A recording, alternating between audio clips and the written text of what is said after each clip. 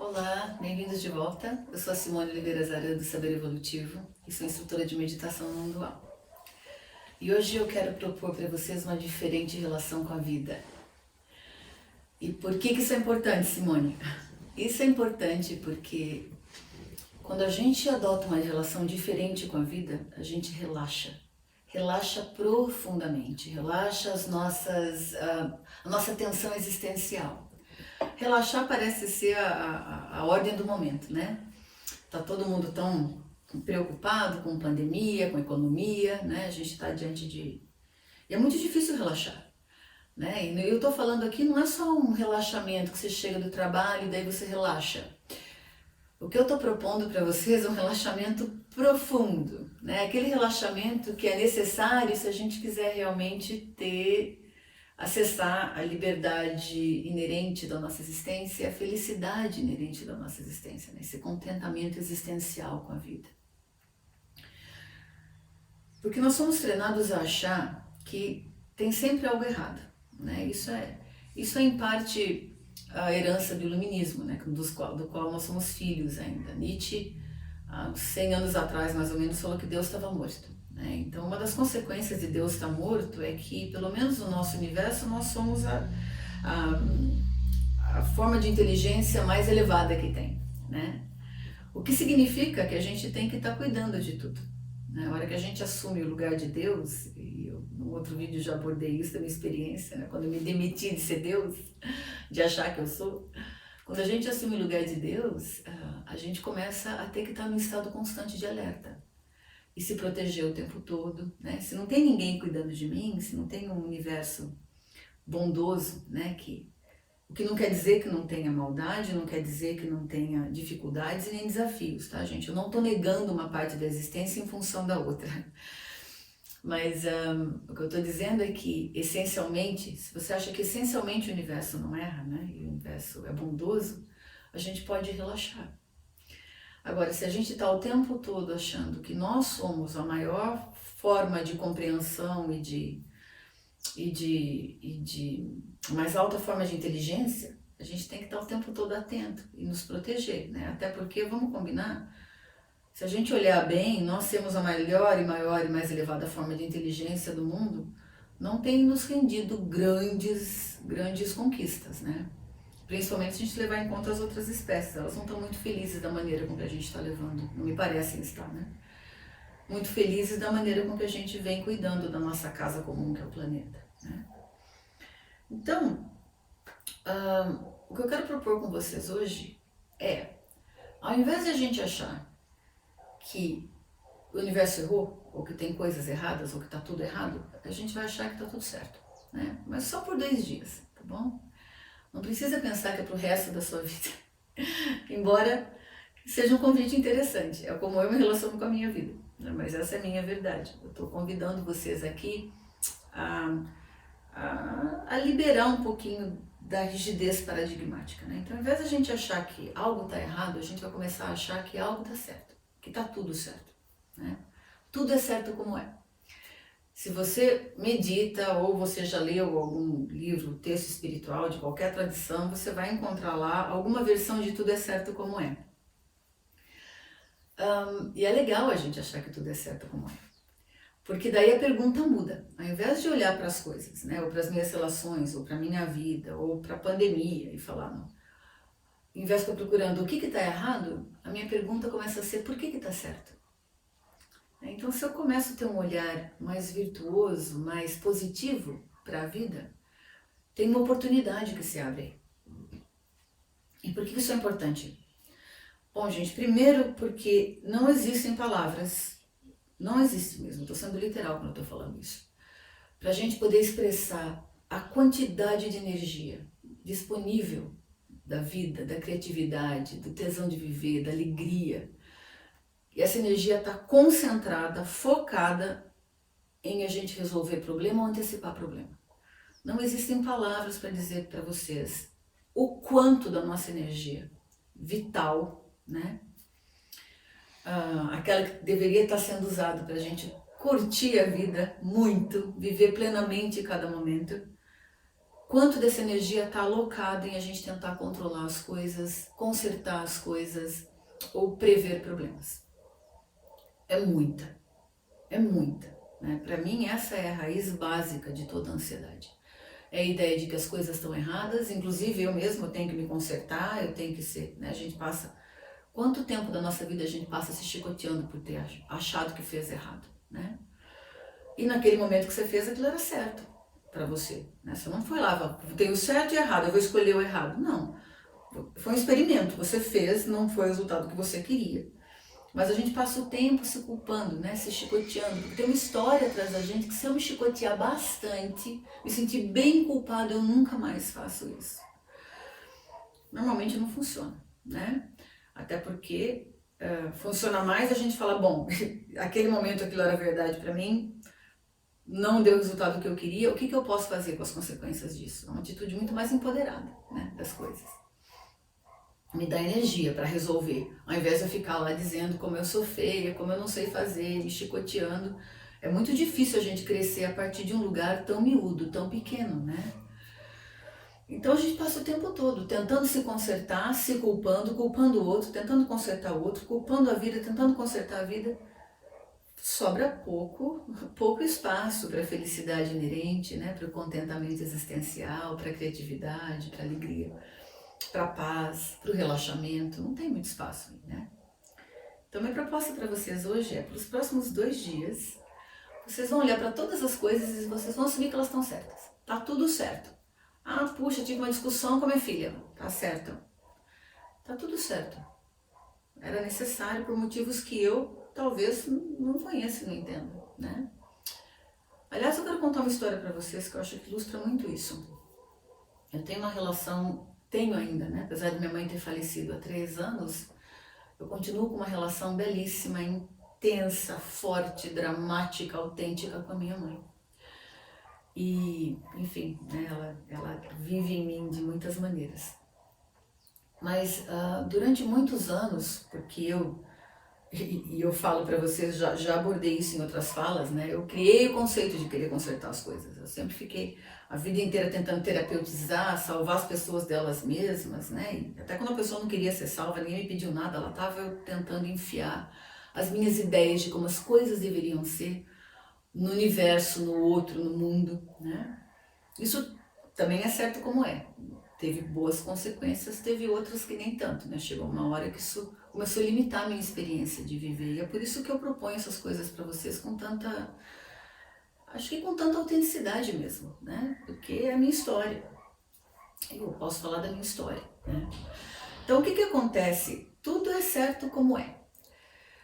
Então eu durante um tempo comecei a me relacionar com a minha mãe como sendo tentando salvar ela dela mesma, né? Ela era obesa, já era obesa há muitas décadas, ela tinha problema de coração e o que eu queria era tentar salvar minha mãe da situação dela. Eu queria que ela emagrecesse, eu queria, né, a gente gosta muito de viajar, que ela fosse viajar comigo, eu queria um tanto de coisas, mas eu queria que fosse do jeito que eu queria, do jeito que eu achava que tinha que ser certo. É claro, né, que se uma pessoa tem uma questão de obesidade, se é uma questão de saúde, isso não está, né, isso é evidente, não estou dizendo, imagino eu que você não ser obeso te gere menos problemas de saúde do que ser, mas essa não é toda a verdade, né, essa é uma parte da verdade. A questão quando a gente começa a achar que as coisas têm que ser do jeito que a gente acha, a gente reduz o nosso achismo, os nossos conceitos das coisas, como se aquilo fosse a totalidade da verdade. E o que começou a acontecer na minha relação com a minha mãe é que a minha relação com ela se resumiu a eu ficar tentando salvá-la e ela entrou nesse jogo, então ela ficava tentando ser salva. E a gente só falava disso, só falava de saúde, de doença, de obesidade, de... Enfim,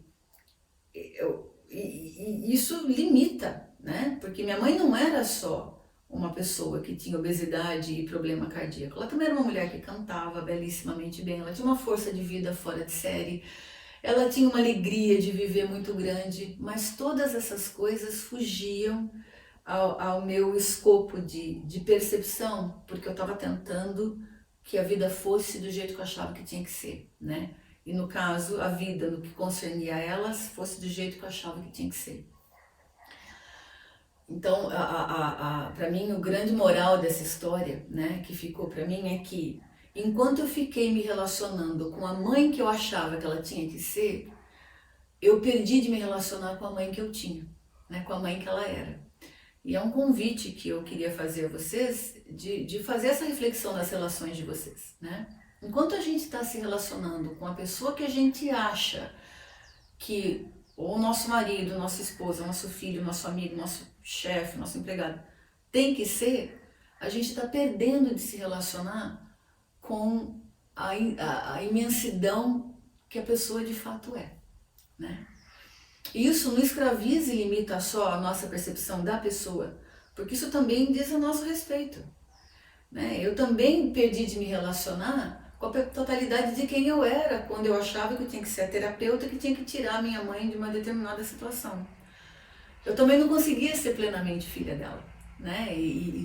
A filha, a amiga, enfim, viver as outras afinidades que a gente tinha. Isso escapava completamente, porque era uma coisa fechada, era focado. Vocês percebem que quando a gente tem ideias a respeito de como as coisas têm que ser, o nosso foco fecha. A gente não está aberto e disponível para uma sabedoria maior que nossa, né? A gente está lá naquele lugar que se eu não resolver isso, ninguém vai. E isso gera uma tensão, uma contração, que ao longo de centenas de anos, porque a gente está praticando isso há muito tempo, gera um estado de tensão constante em relação a existir. A gente tem uma tensão existencial constante que contamina toda a nossa experiência. Até quando a gente está numa situação que é para relaxar e curtir, tem uma contração interna, uma tensão, né? E daí, claro, a gente vai lançando mão de artifícios, né? Como vícios, bebida em demasia, ou qualquer outro tipo de droga, ou ficar lá parado na frente da TV o dia inteiro porque não quer pensar, né? A gente começa a criar subterfúgios, porque mesmo que a gente goste de achar que nós somos a mais elevada consciência desse, né, pelo menos desse planeta, a gente não está fazendo um trabalho magistral, né? Se a gente olhar para o mundo, assim, tem muitas coisas ali que essa forma elevada de consciência não está conseguindo endereçar. E a gente sabe disso. No fundo do nosso coração, né, a minha percepção, né, é que a gente sabe disso. Então fica uma tensão. Fica uma tensão de que eu deveria ser a pessoa que está fazendo a melhor coisa, mas de fato eu não estou. Eu não posso, né? E como Deus está morto, de acordo com Nietzsche, né, ele também não está cuidando, quer dizer, ninguém está cuidando disso aqui. Isso gera uma tensão imensa dentro da gente, né? Então, gente, primeiro convite para vocês, como eu falei, começa a abordar a vida a partir da certeza de que tudo está certo como está. Ao invés de perguntar o que está errado, pergunta por que está certo. E comecem a se relacionar pelos próximos 2 dias com as pessoas que vocês amam, com as pessoas, né, da sua intimidade, como é que eu me relaciono com a pessoa que ela é, e não só com a pessoa que eu estou vendo, né? Como é que eu me abro para uma expressão mais plena, mais completa dessa pessoa na minha vida, né? Maior do que aquela coisa que eu acho que ela deveria ser. E ajuda muito se você começar a fazer um elenco, no caso das relações, né? Mas funciona no caso da sua situação, quer seja desempregado, no emprego que você não quer, ou se você está lidando com uma situação de saúde, né? Uma dificuldade, uma doença ou qualquer coisa assim. Comece a elencar, escreve. Tira hoje uns minutinhos aí e escreve todas as coisas boas a respeito disso que está acontecendo com você. Ou todas as características maravilhosas dessa pessoa com quem você está tendo dificuldade, né? O que mais ela é, além daquilo que você está vendo? Porque com certeza ela é, né? Com certeza você deve ter ouvido alguém falar dela com outro olhar, né? Eu me lembro, voltando na história da minha mãe, eu estava num momento desabafando com uma amiga da minha tensão, do meu medo, né? Pela saúde da minha mãe, de como ela estava deteriorando a saúde dela. Eu falei, nossa, mas parece que não consegue encontrar força para mudar. Ela falou, e aí essa minha amiga que conhecia minha mãe falou assim, força? Simone, sua mãe é das pessoas mais fortes que eu conheço, ela tem uma força de vida extraordinária. E eu parei assim e falei, nossa, De repente, meu olhar expandiu para todas as formas de força que também estavam presentes ali, né? Enquanto eu me relacionava só com uma forma de fraqueza, que é a fraqueza da minha ideia, né? Quer dizer, uma ideia bastante arrogante. Quem que sou eu para determinar se aquilo é mesmo uma fraqueza ou se aquilo tem que ser, poderia ter sido diferente do que é, né? Então, gente, tudo isso que eu estou propondo para vocês aqui é só para a gente começar a brincar com outras ideias e ver o que acontece na nossa experiência de vida quando a gente aborda as coisas de um outro lugar. E eu vou convidar você, então, a fazer esse experimento e a me contar.